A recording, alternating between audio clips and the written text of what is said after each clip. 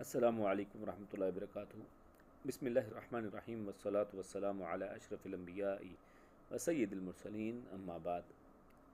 اصالِ ثواب کتاب ہم پڑھ رہے ہیں اور ان میں موضوع چل رہا ہے ان امور کا کہ جن کا میت کو فائدہ پہنچتا ہے۔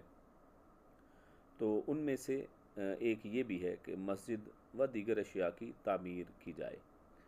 امام ابن ماجہ رحمہ اللہ نے سنن ابن ماجہ میں باب ثواب معلم الناس الخیر کے تحت ایک حدیث نقل کی ہے جو زیر نظر عنوان کے حوالے سے بڑی جامعیت رکھتی ہے، اور رسول اللہ صلی اللہ علیہ وسلم کا فرمان ہے، جس کا ترجمہ کچھ یوں ہے کہ مومن کو وفات کے بعد جو نیک عمل پہنچتے ہیں ان میں یہ بھی ہے کہ جس علم کی تعلیم دی اور اسے پھیلایا، نیک اولاد جو پیچھے چھوڑی، قرآن مجید کا نسخہ جو کسی کو وراثت میں ملا، مسجد جو اس نے تعمیر کی، مسافر خانہ جو اس نے قائم کیا، نہر جو اس نے جاری کی، یا صدقہ جو اس نے اپنی زندگی میں صحت کی حالت میں نکالا، ان سب کا ثواب اس کی موت کے بعد اسے ملتا رہتا ہے۔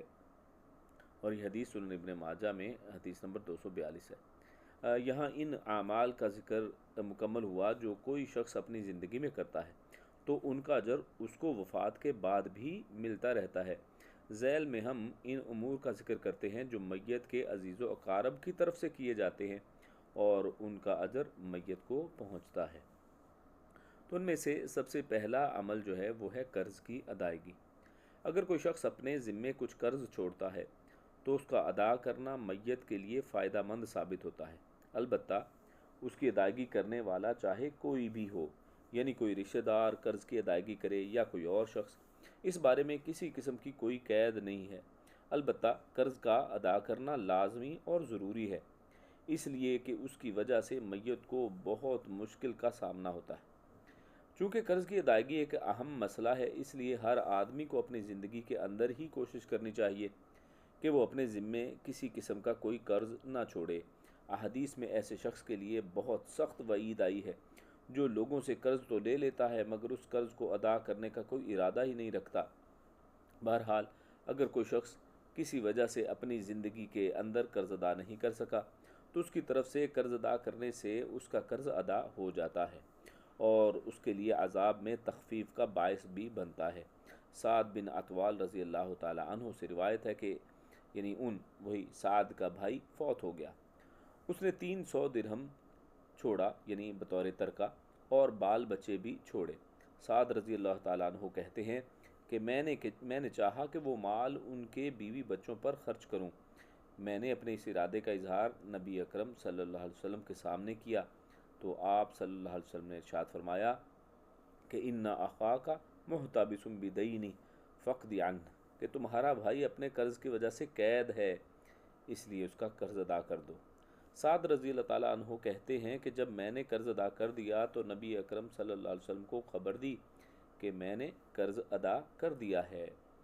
میت کی طرف سے قرض ادا کرنے کی اہمیت کے حوالے سے امام بخاری رحمہ اللہ نے اپنی صحیح کے اندر باب نقل کیا ہے، من تکفل عن میت دینا فلیس لہ ان یرجع۔ اس کے تحت وہ حدیث نقل کی ہے انہوں نے کہ سلمہ بن اکوع رضی اللہ تعالی عنہ کہتے ہیں کہ نبی صلی اللہ علیہ وسلم کو ایک میت کی نماز جنازہ ادا کرنے کے لیے بلایا گیا۔ آپ صلی اللہ علیہ وسلم نے پوچھا حل علیہ من دین، اس پر کوئی قرض ہے؟ صحابہ کرام نے عرض کیا کہ ہاں۔ آپ صلی اللہ علیہ وسلم نے ارشاد فرمایا فصلوا علی صاحبکم، پھر تم خود ہی اپنے ساتھی کی نماز جنازہ پڑھ لو۔ اللہ اکبر۔ ابو قتادہ رضی اللہ تعالیٰ عنہ نے کہا کہ اللہ کے رسول صلی اللہ علیہ وسلم اس کا قرض میں ادا کر دوں گا، آپ اس کی نماز جنازہ پڑھا دیں۔ پھر نبی اکرم صلی اللہ علیہ وسلم نے اس کی نماز جنازہ پڑھائی۔ مسند احمد کی ایک روایت کے الفاظ اس طرح ہیں کہ آپ صلی اللہ علیہ وسلم نے ان سے پوچھا کہ ابو قتادہ ان دیناروں کا کیا بنا، وہ قرض ادا کر دیا؟ تو ابو قتادہ رضی اللہ تعالیٰ عنہ کہتے ہیں کہ میں نے اگلے دن وہ قرض ادا کر دیا اور آپ صلی اللہ علیہ وسلم کو اس کی خبر دی۔ آپ صلی اللہ علیہ وسلم نے ارشاد فرمایا الآن بردت علیہ جلدہ، اب اس کی جلد ٹھنڈی ہوئی ہے، یعنی قرض ادا نہ کرنے کی وجہ سے وہ عذاب میں مبتلا تھا، اب اس کو سکون ملا ہے جب اس کا قرض ادا کر دیا گیا ہے۔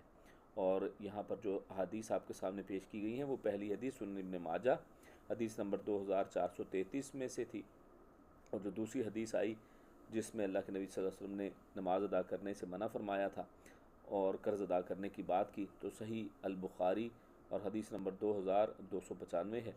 اور یہ جو تیسری حدیث ہم نے پڑھی جس میں جب انہوں نے قرض ادا کر دیا تو اللہ کے نبی نے فرمایا کہ اب اس کی جلد ٹھنڈی ہوئی ہے، تو یہ مسند احمد کی جلد نمبر 3 میں حدیث نمبر 330 ہے۔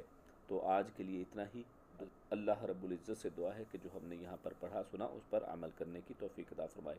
اپنا خیال رکھیے۔ السلام علیکم ورحمۃ اللہ وبرکاتہ۔